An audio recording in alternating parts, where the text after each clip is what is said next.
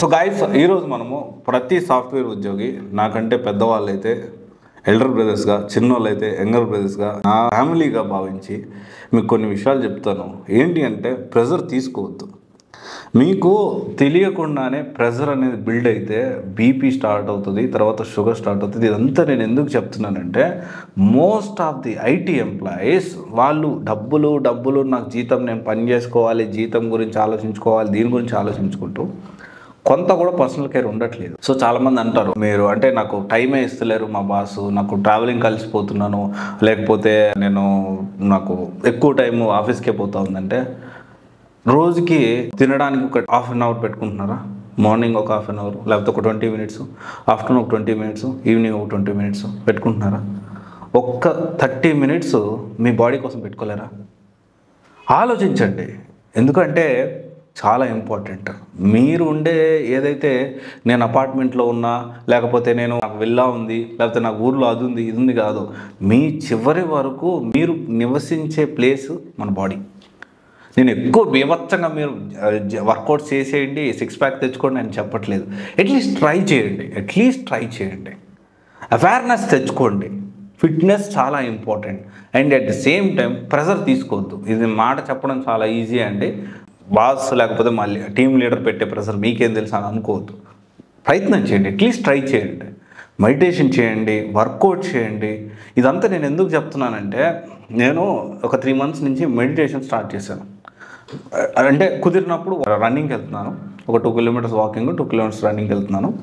కుదరినప్పుడు ఏం చేస్తున్నానంటే అట్లీస్ట్ ఒక 10 మినిట్స్ అన్న మా కమ్యూనిటీలో ఉండే పార్క్లో కూర్చొని ఒక 10 నిమిషాలు నేను బ్రీతింగ్ మీద ఫోకస్ చేస్తున్నాను. ఆ రోజు ఎంత ప్రొడక్టివిటీ పెరుగుతుందంటే నేను చెప్తా ఉంటే నేను విన్నాను, ఇది ఇంతకుముందు కూడా చేశాను, కానీ ఆ రోజు ప్రొడక్టివిటీ ఎంత బాగా పని చేయగలుగుతున్నాను అండ్ ఒక సిచ్యువేషన్స్ని బాగా హ్యాండిల్ చేయగలుగుతున్నాను. ఇది మీరు అర్థం చేసుకోవాలి. అండ్ ఇంకోటి, మనం కోప్పడ్డామంటే ఫస్ట్ నష్టపోయేది మనమే. నిజంగా చెప్తున్నాను అది నేను ఎక్స్పీరియన్స్ అయ్యి చెప్తున్నా. కోపంతో మనం చేసేది ఏం లేదు, నష్టపోవడం తప్ప. అందరూ ఇక్కడికి కొన్ని రోజులు ఉండి ఎవరి టైం వచ్చినప్పుడు వాళ్ళు పోవడానికే వచ్చినాం. ఇక్కడ పర్మనెంట్గా ఉండే వాళ్ళు ఎవ్వరు లేరు భూమి మీద. ఇదైతే గుర్తుపెట్టుకోండి. సో ఉన్నంత కాలం మన ఫ్యామిలీని ప్రొటెక్ట్ చేసుకుంటూ ప్రశాంతమైన జీవితం ప్రతి సాఫ్ట్వేర్ ఉద్యోగి ఎస్పెషల్లీ.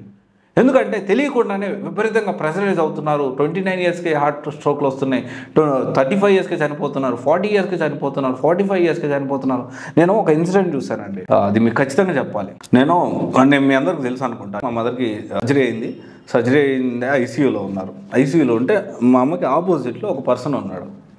అండ్ ఆయన కూడా పెద్ద ఏజ్ కాదు, అరౌండ్ మేబీ 48, అదే ఈ రేంజ్లో ఉంటుంది. 47 to 55 మధ్యలో ఉంటాయి ఆయన ఏజ్, పెద్ద ఆయన ఏజ్. ఆయనకి మా అమ్మకి టెన్షన్ పడలేదు, ధైర్యంగా ఉంది. సో తొందరగానే రికవర్ అవుతుంది భగవంతుడి దయ వల్ల.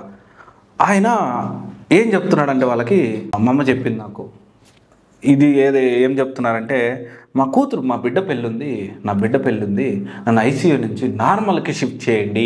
ఎందుకు చెప్తున్నాడు అంటే బిడ్డ పెళ్ళికి ఐసీయూ ఎందుకు అంటే ఇక్కడ డబ్బులు ఎక్కువ ఖర్చు అవుతాయేమో, డబ్బులు అయిపోతే నా కూతురు పెళ్ళి ఎట్లా చేయాలి అన్నెసరీ. నేనేమంటాను మా అమ్మకి నేను చెప్పినప్పుడు, మా అమ్మ నేను మాట్లాడుకున్నప్పుడు మేబీ అలా ఆలోచించడు, పెద్ద అయింది, నేను తప్పను. కానీ నేనేమంటానంటే పెళ్లి చేసుకోవడానికి ఇద్దరుంటే సరిపోతారు. అది పెళ్లి కొడుకు పెళ్లి కూతురు, సాక్ష్యంగా ఇద్దరు ముగ్గురు. ఇలా కూడా ఆలోచించవచ్చు కదా.